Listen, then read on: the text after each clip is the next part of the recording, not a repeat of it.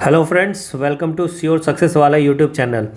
तो हम कर रहे हैं फिज़िक्स के रिवीजन सीरीज, जिसका कि ये 7th पार्ट है, जिसमें कि हम वेव मोशन के 15 इम्पॉर्टेंट क्वेश्चन देखने वाले हैं।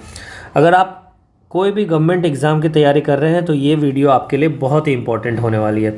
तो चलिए शुरू करते हैं आज का पहला क्वेश्चन।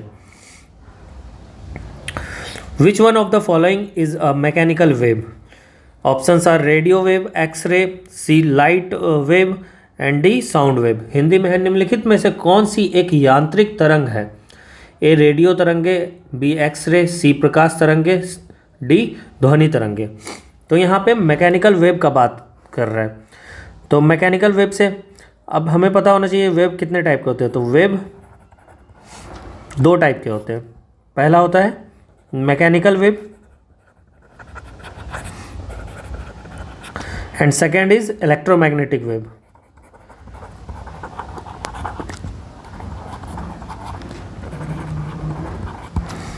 इलेक्ट्रोमैग्नेटिक वेव का एग्जांपल हो गया जैसे एक्स रे, गामा रे,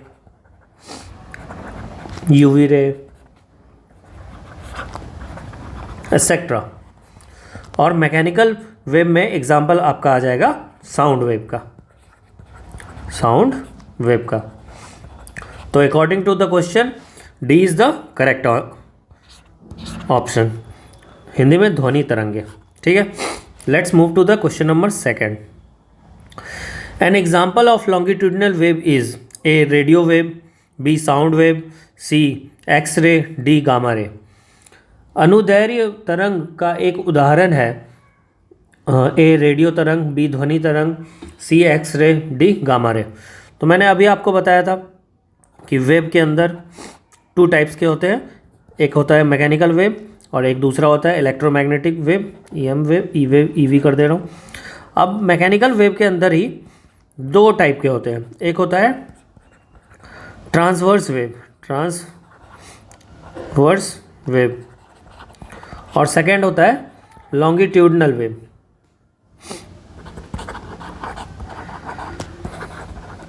तो इसमें क्या डिफरेंस होता है? ट्रांसवर्स वेव में जो वेव प्रोपोगेशन होता है वो आपका जिस डायरेक्शन में हो रहा है उस डायरेक्शन से परपेंडिकुलर होता है, कुछ इस टाइप से।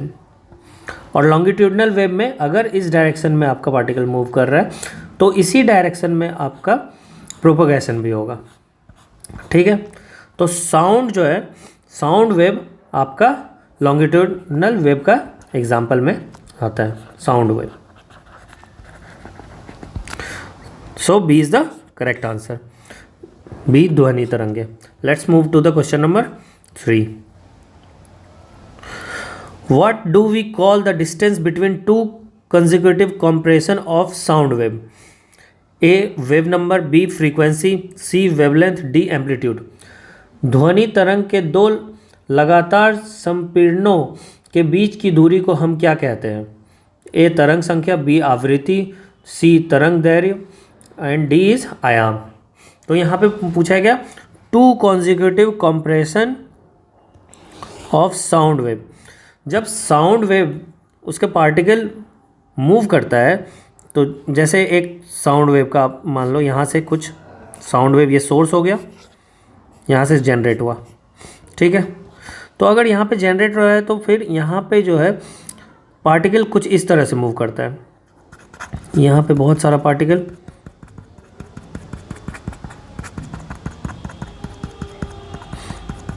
बहुत सारा, और यहाँ पे थोड़ा इसका डेंसिटी कम होगा, फिर बहुत सारा density,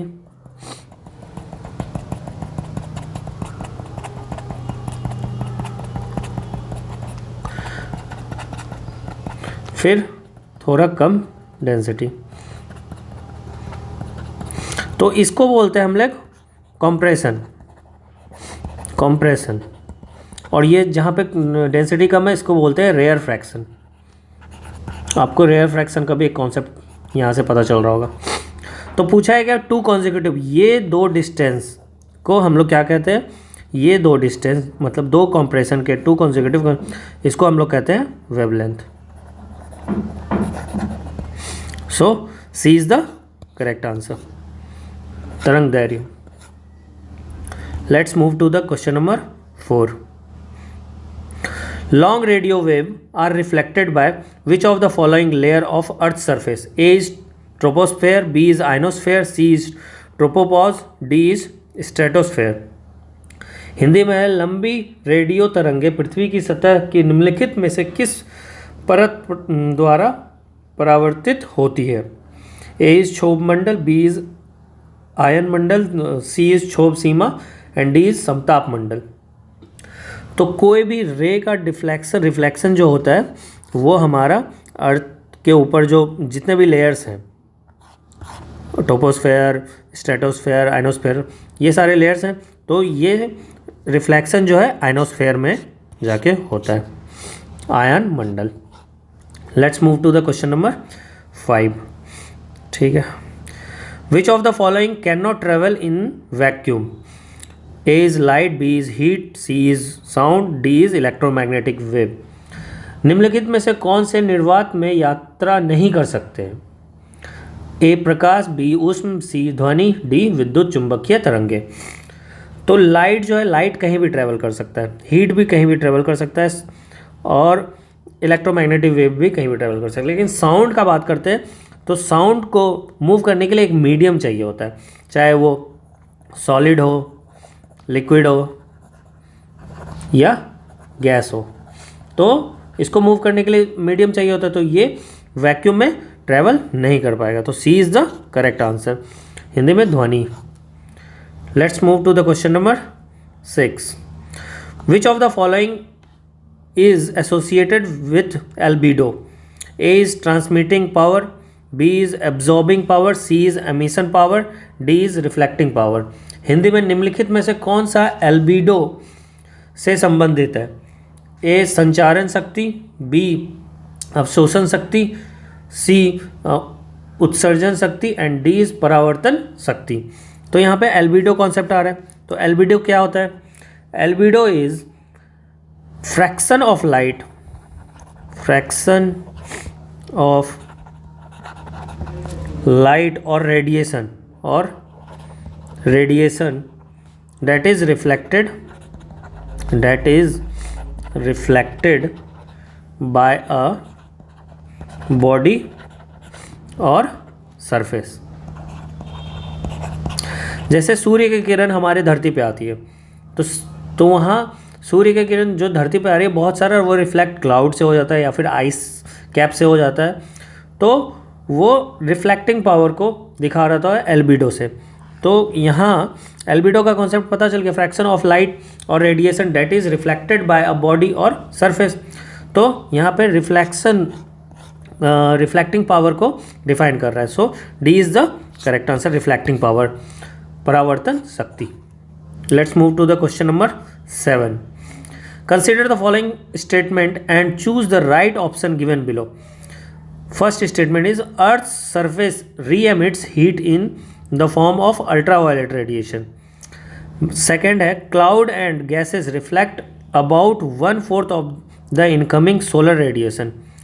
Options are only the statement 1 is correct, B only the statement 2 is correct, C both the statement 1 and 2 are correct and D both the statement 1 and 2 are incorrect. C में and D में correct. Hindi में देखते हैं, निम्नलिखित कथनों पर विचार करें और नीचे दिए गए सही विकल्पों को चुनें. 1.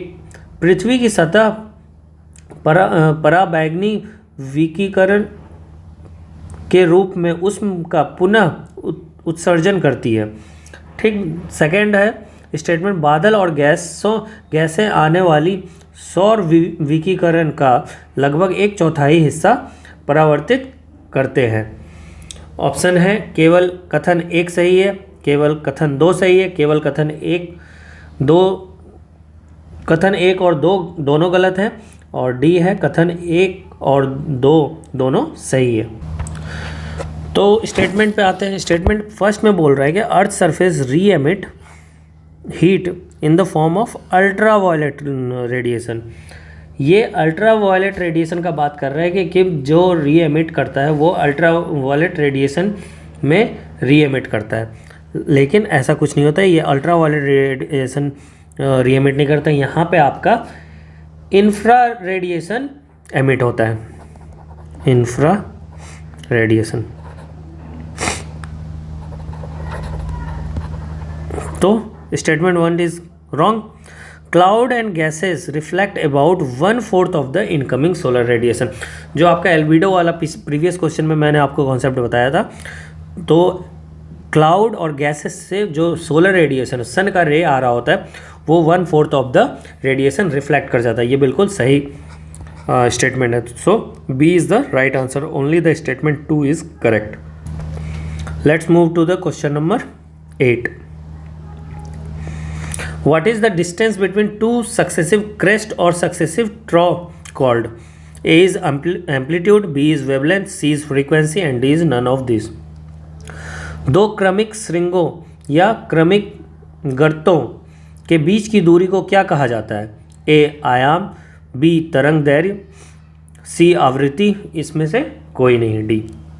तो यहाँ पे पूछा है क्रेस्ट और ट्रफ, तो आपको पता होना चाहिए क्रेस्ट और ट्रफ क्या होता है। जब कोई भी वेब मूव करता है तो कुछ इस प्रकार से मूव कर रहा होता, ठीक है, एक लाइन बीच में आप दे दीजिए, ठीक है। तो मोशन ऑफ द वेब कुछ इस प्रकार हो रहा है,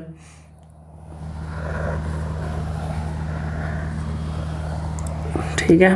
तो ये ऊपर के साइड में जो ये पीक पॉइंट बना रहा है इसको कहते हैं क्रेस्ट, और लोअर साइड में जो नीचे सबसे नीचे वाला पीक पॉइंट होता है अपोजिट डायरेक्शन में, इसको कहते हैं ट्रॉप। तो उसने पूछा है क्या टू सक्सेसिव क्रेस्ट, फिर यहाँ पे भी एक क्रेस्ट हो गया और यहाँ पे भी एक ट्रॉ हो गया, तो इन दोनों के बीच का डिस्टेंस को क्या कहते हैं? इन दोनों के बीच का डिस्टेंस, कलर चेंज कर लेते हैं, इन दोनों के बीच का डिस्टेंस क्रेस्ट क्रेस्ट या फिर ट्रॉप ट्रॉप, इन दोनों के बीच का डिस्टेंस को भी हम लोग वेवलेंथ कहते हैं,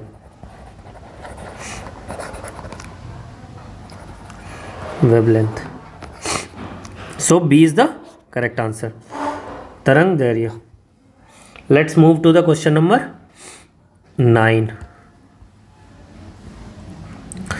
ये कंप्लीटली फैक्चुअल क्वेश्चन है। The velocity of electromagnetic wave is A 3 × 10⁸ metre per second, B is 3 × 10⁷ metre per second, and C is the 3 × 10⁻⁻6 metre per second, D is the 3 × 10⁵ metre per second. Hindi में विद्युत चुंबकीय तरंगे का वेग होता है ए, ऑप्शंस आर सेम। तो वेलोसिटी इलेक्ट्रोमैग्नेटिक वेव का होता है 3 × 10⁸ metre per second. So A is the correct answer. Let's move to the question number 10। One of the properties associated with X ray is that they can be deflected by both electric and magnetic field together, B electric field only, C magnetic field only and D none of the above। X ray से जुड़ा एक गुण यह है कि उन्हें इनके द्वारा विक्षेपित किया जा सकता है, ए विद्युत और चुंबकीय क्षेत्र दोनों एक साथ, बी केवल विद्युत क्षेत्र द्वारा, सी केवल चुंबकीय क्षेत्र द्वारा एंड डी उपरोक्त में से कोई नहीं। तो आप अगर एक्सरे का बात कर रहे हैं, एक्सरे का डिफ्लेक्शन यहाँ पे दिखा रहा है और किसके रिस्पेक्ट में? आपको इलेक्ट्रिक करंट और मैग्नेटिक फील्ड के रिगार्डिंग आपको बताना है। तो इलेक्ट्रिक फील्ड हो या मैग्नेटिक फील्ड, दोनों में से कोई किसी का इफेक्ट एक्सरे पे नहीं पड़ता है। So according to the question D is the correct option, none of the above, Hindi में उपरोक्त में से कोई नहीं। Let's move to the question number 11। Which one of the following is an example of electromagnetic wave? A not बोला है, highlighted रहना चाहिए। बहुत बार गलतियाँ हो जाती है क्या नॉट नहीं पढ़ते हैं और गलत हो जाता है। तो which of the following is not an example of electromagnetic wave? A is gamma ray, B is X ray, C is ultraviolet ray and D is supersonic wave. Hindi में निम्नलिखित में से कौन सी विद्युत चुंबकीय तरंग का उदाहरण है? गामा किरणें, बी एक्स रे, सी पराबैंगनी तरंगे किरणें एंड डी इज सुपरसोनिक तरंगे। तो फर्स्ट में मैंने आपको बताया था इलेक्ट्रोमैग्नेटिक वेब का एग्जांपल ईवी का। तो ईवी में मैंने आपको बताया था X ray, gamma ray, UV ray, ये सारी मैंने आपको बताया था। लेकिन इसमें मैंने आपको सुपरसोनिक वेव जैसा कुछ नहीं बताया था, तो D is the correct answer. ये इलेक्ट्रोमैग्नेटिक वेव नहीं है। Let's move to the question number 12। Which of the following has longest wavelength? A infra radiation, B X ray, C is visible light, D is the radio wave.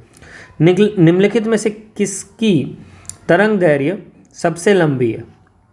ए अवरक्त, B x ray, सी दृश्य प्रकाश, D radio तरंगे।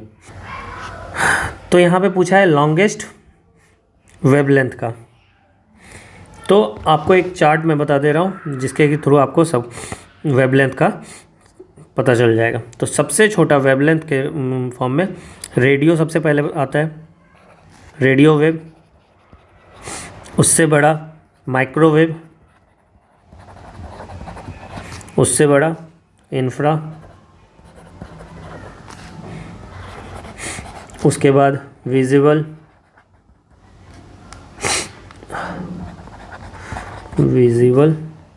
उसके visible light आप लिख लीजिए, उसके बाद UV ray, उसके बाद एक्स रे एंड उसके बाद लास्ट में गामा रे।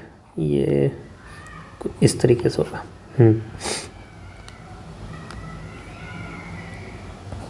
Gamma ray.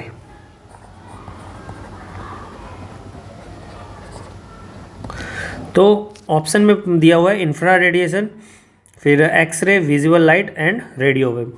तो according to the option X ray का सबसे ज़्यादा वेवलेंथ होगा।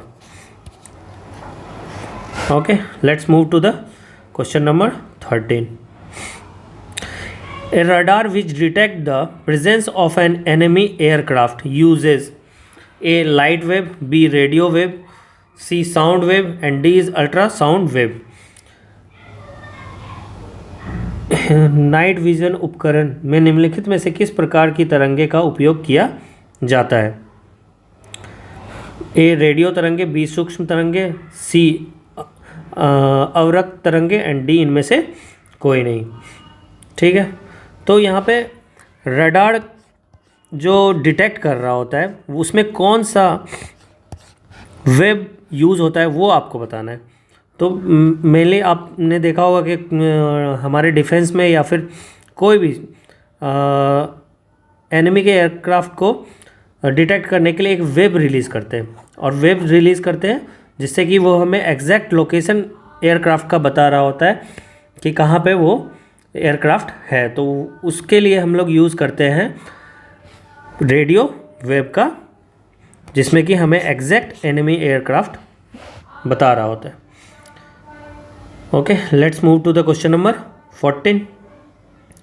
विच of the following type of wave are used in the night vision apparatus? A radio wave, B microwave, C infrared wave and D none of the above।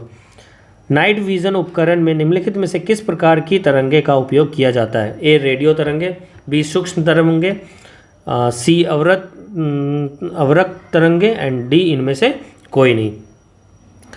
तो night vision के लिए हमें कौन सा वेब का इस्तेमाल होता है वो हमें बताना है। इसमें यहाँ पे नाइट विज़न का पूछे, नाइट विज़न एपरेटस, जिसमें कि आपको अंधेरे में भी, हमारे सोल्जर्स बहुत बार वो स्पेक्स लगा के चलते हैं जिसमें कि आपको अंधेरे में भी उनको मतलब सोल्जर्स को रास्ता दिख रहा होता है। तो वो उसमें कौन सा वेब यूज़ होता है?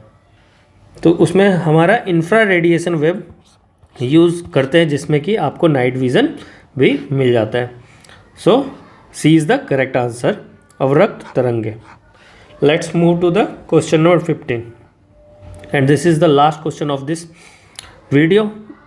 The web used in common TV remote control are A X-ray, B ultraviolet ray, C infrared ray and D is the gamma ray. सामान्य टीवी रिमोट कंट्रोल में उपयोग की जाने वाली तरंगे हैं ए एक्स-रे, बी पराबैंगनी किरणें, सी अवरक्त किरणें एंड डी गामा किरणें। सो हम लोग जो कॉमन टीवी रिमोट यूज़ कर रहे होते हैं उसके सामने आप एक मतलब रिमोट और टीवी के बीच में जो रेडिएशन कंट्रोल करने के लिए यूज होता है वो होता है आपका इंफ्रा रेडिएशन, जिसके की मदद से हम लोग कोई भी चैनल को चेंज कर रहे होते हैं और टीवी को कंट्रोल कर रहे होते हैं। ठीक है, ओके, ये था लास्ट क्वेश्चन। तो अगर आपको ये वीडियो पसंद आई हो या फिर आपको कोई भी डाउट हो इस वीडियो के रिगार्डिंग, तो हमारे चैनल पे आप व्हाट्सएप पे भी जुड़ सकते हैं इस QR से, और टेलीग्राम पे भी इस QR से कोई स्कैन करके जुड़ सकते हैं। ओके, अगर आपको मेरी वीडियो पसंद आई हो तो लाइक करें, सब्सक्राइब करें और कमेंट करें। Thank you.